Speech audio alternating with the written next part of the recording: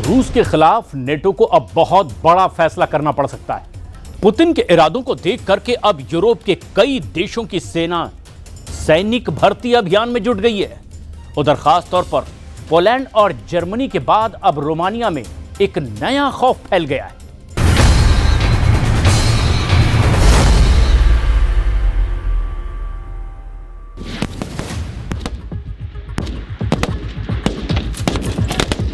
Putin को रोकने के लिए अब नाटो को बुजुर्गों की फौज उतारनी पड़ रही है।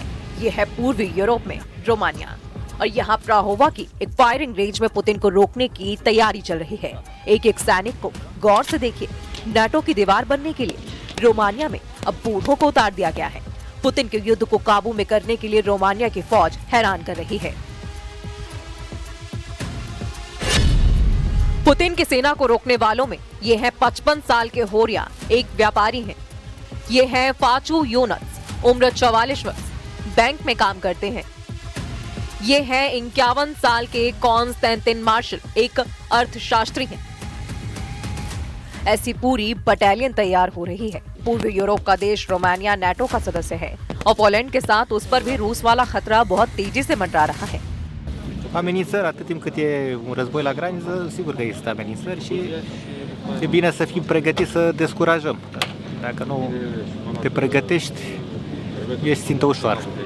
रोमानिया में उस युद्ध की तैयारी चल रही है जिसकी कभी शुरू न होने की दुआ पूरा यूरोप कर रहा है। यूक्रेन से होने वाले हर धमाके का खौफ पूर्वी यूरोप में फैल चुका है। जहां जहां बम फट रहे हैं, जहां जहां रूस के ड्रोन अटैक का डर फैल रहा है, वो हर देश इस वक्त बहुत बड़े ट्रॉमा से गुजर रहा है। रोमानिया में हुए धमाके ने इस ट्रॉमा को कई गुना बढ़ा दिया है। रोमानिया की 2 करोड़ की आबादी बहुत ज्यादा तनाव में आ चुकी है। 17 अक्टूबर को हुए इस धमाके की वजह को लेकर पूरा रोमानिया परेशान है, क्योंकि शुरू में लगा कि ये कोई ड्रोन अटैक है, लेकिन अब तक वजह साफ न होने से कई तरह की बातें सामने आ रही हैं। इसी डर का हिस्सा है कि रोमानिया ने अपने बूढ़े लोगों की फौज तैयार करनी शुरू कर दी है। सबको एक एक राइफल थमाई और शुरू कर दी गई निशानेबाजी की practice.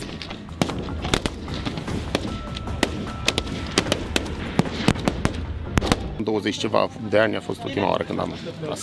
Când ați făcut armata? În 2004.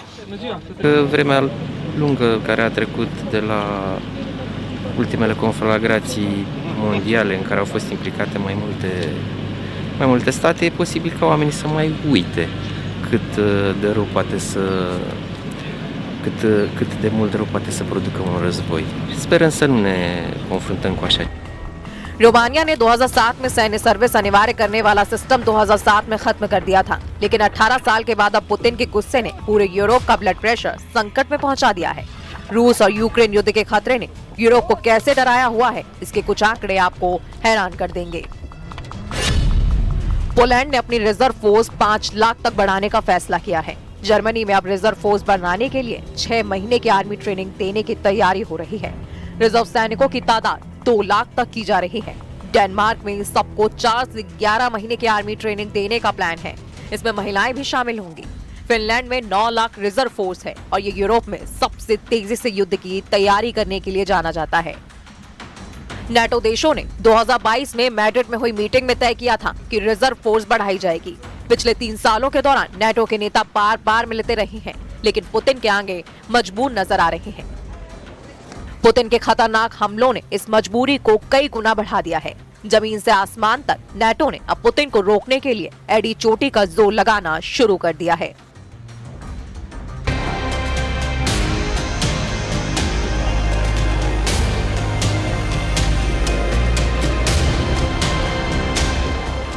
NATO के जेट अब पुतिन को डराने की लगातार कोशिश कर रहे हैं। नाटो के फाइटर जेट रूस को उसकी हद बताना चाहते हैं। ये फाइटर जेट दावा कर रहे हैं कि नाटो के आसमान में पुतिन की घुसपैठ का मतलब होगा तीसरा विश्व युद्ध।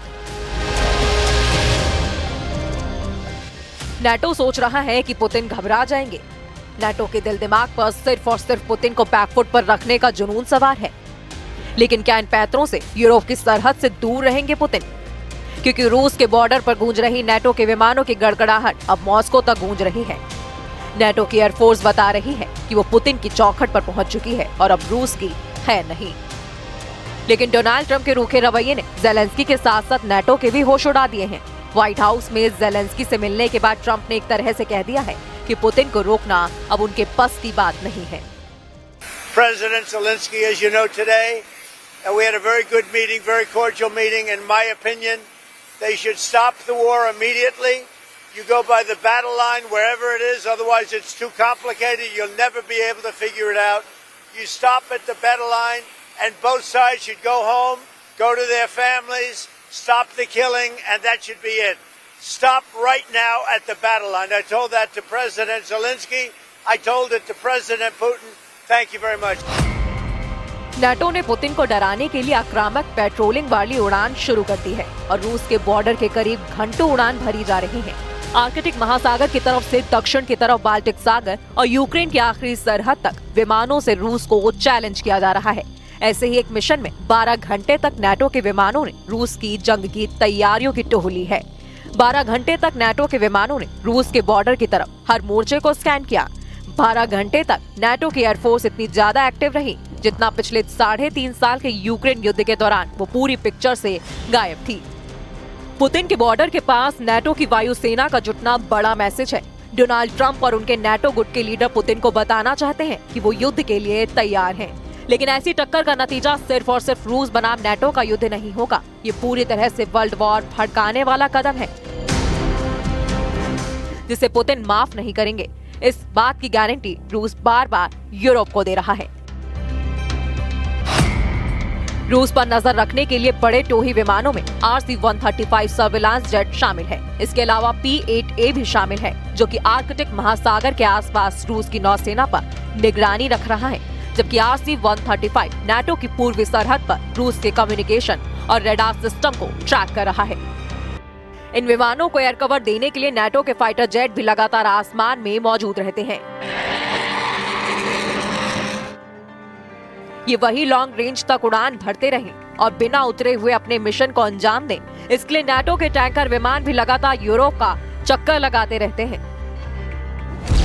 इसमें कोई शक नहीं कि पुतिन की सेना ने 3.5 साल के युद्ध में सबसे खतरनाक अटैक की तैयारी शुरू कर दी है। रूस इस बार यूक्रेन पर नहीं बल्कि नाटो पर सबसे बड़े हमले के लिए खुद को आजमा रहा है, क्योंकि अमेरिका और नाटो ने भी रूस को दबाने में कोई कसर बाकी नहीं रखी है। ये मान लीजिए कि अक्टूबर की शुरुआत में पुतिन ने यूरोप पर जो हल्ला बोला है उसकी गूंज अब नवंबर में सुनाई देगी।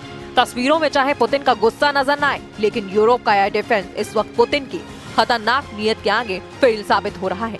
इसलिए अक्टूबर का महीना यूक्रेन और रूस के बीच नहीं बल्कि पुतिन और नाटो के बीच तनाव बढ़ा रहा है। इस महीने के आने वाले दिन बहुत अहम होने वाले हैं।